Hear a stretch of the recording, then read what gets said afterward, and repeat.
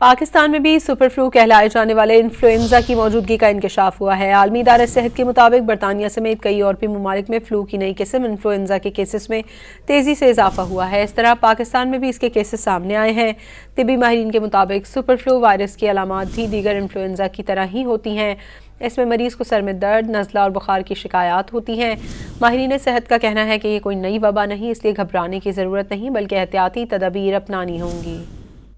पाकिस्तान में भी super flu कहलाए जाने वाले इन्फ्लुएंजा की मौजूदगी का इंकशाफ हुआ है। आलमी इदारे सेहत के मुताबिक बरतानिया समेत कई और भी ममालिक में फ्लू की नई किस्म इन्फ्लुएंजा के केसेस में तेज़ी से इजाफा हुआ है। इस तरह पाकिस्तान में भी इसके केसेस सामने आए हैं।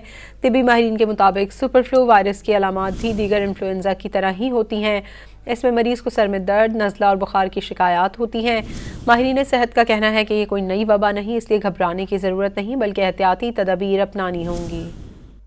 पाकिस्तान में भी सुपर फ्लू कहलाए जाने वाले इन्फ्लुएंजा की मौजूदगी का इंकशाफ हुआ है। आलमी इदारे सेहत के मुताबिक बरतानिया समेत कई और भी ममालिक में फ्लू की नई किस्म इन्फ्लुएंजा के केसेस में तेज़ी से इजाफा हुआ है। इस तरह पाकिस्तान में भी इसके केसेस सामने आए हैं।